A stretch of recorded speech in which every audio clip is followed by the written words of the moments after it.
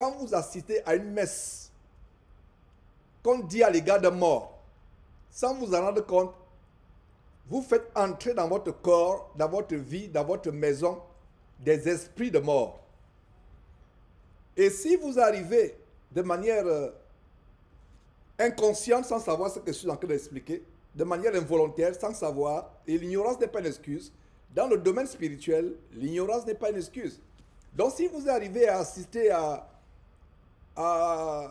une cérémonie où on parle à un mort, ce n'est pas seulement les catholiques. Il y a beaucoup de religions où on expose le corps, de plus en plus même dans ces églises soi-disant réveillées mais endormies en réalité.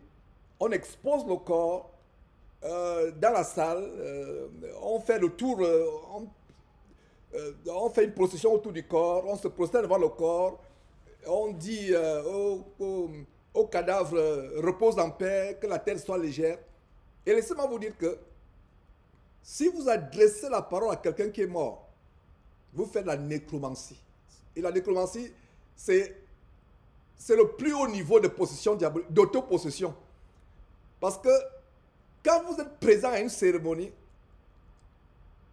où on, soi-disant, enterre le mort en lui parlant, ce n'est pas interdit de mettre le corps en terre. Ce n'est pas interdit. Un membre de votre famille, vous pouvez aller assister à mettre le corps en terre, peut-être faire partie de ceux qui mettent le cercueil en terre. Ça, je ne parle pas de cela. Je parle des cérémonies qui se passent, des paroles qui sont dites, des prières qui sont faites autour du mort. Le mort est mort. Il ne vous entend pas. Tout ce qu'on fait.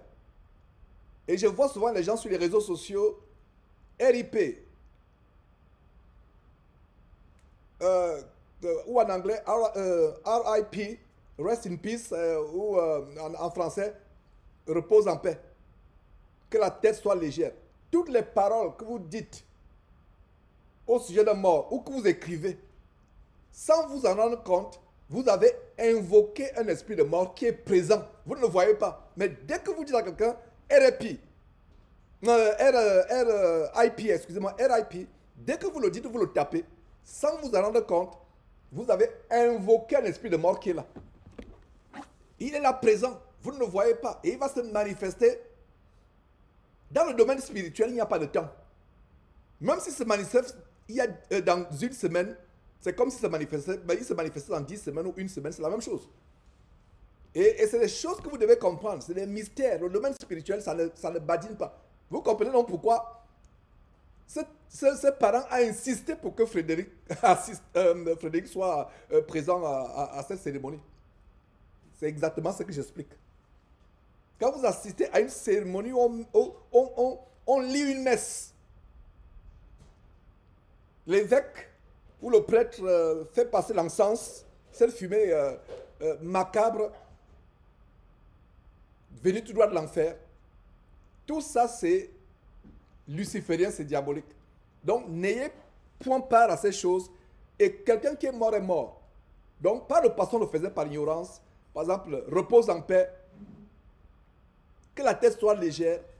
Il y a même des couronnes, des fleurs, on écrit, oh tel, papa, vraiment, repos éternel, tu vas nous manquer. Tu vas faire. Ça adresse directement un cadavre, ce n'est pas au cadavre que vous adressez, il ne vous comprend, il ne vous entend pas. Vous vous adressez à qui? À des démons. Et le démon vient, il est là. Il est dans votre famille, dans votre corps, dans votre vie, il est là. Et si vous l'avez fait, soit assister à un culte aux morts, c'est-à-dire qu'une messe qui est dite aux morts, ou bien dans des sociétés animistes comme en Afrique ou en Amérique latine, on tape le tam-tam, il y a des rites, on parle aux morts, on dit des choses, etc. Des paroles qui accompagnent le mort à l'au-delà. Tout ça, c'est la nécromancie. N'assistez pas à ces choses. Ni de près ni de loin. Donc, vous voyez, un témoignage qui peut être un enseignement. Et nous devons nous rappeler ces choses. Notre Dieu est saint. Nous devons être saints, purs. Nous devons nous tenir éloignés de ces choses.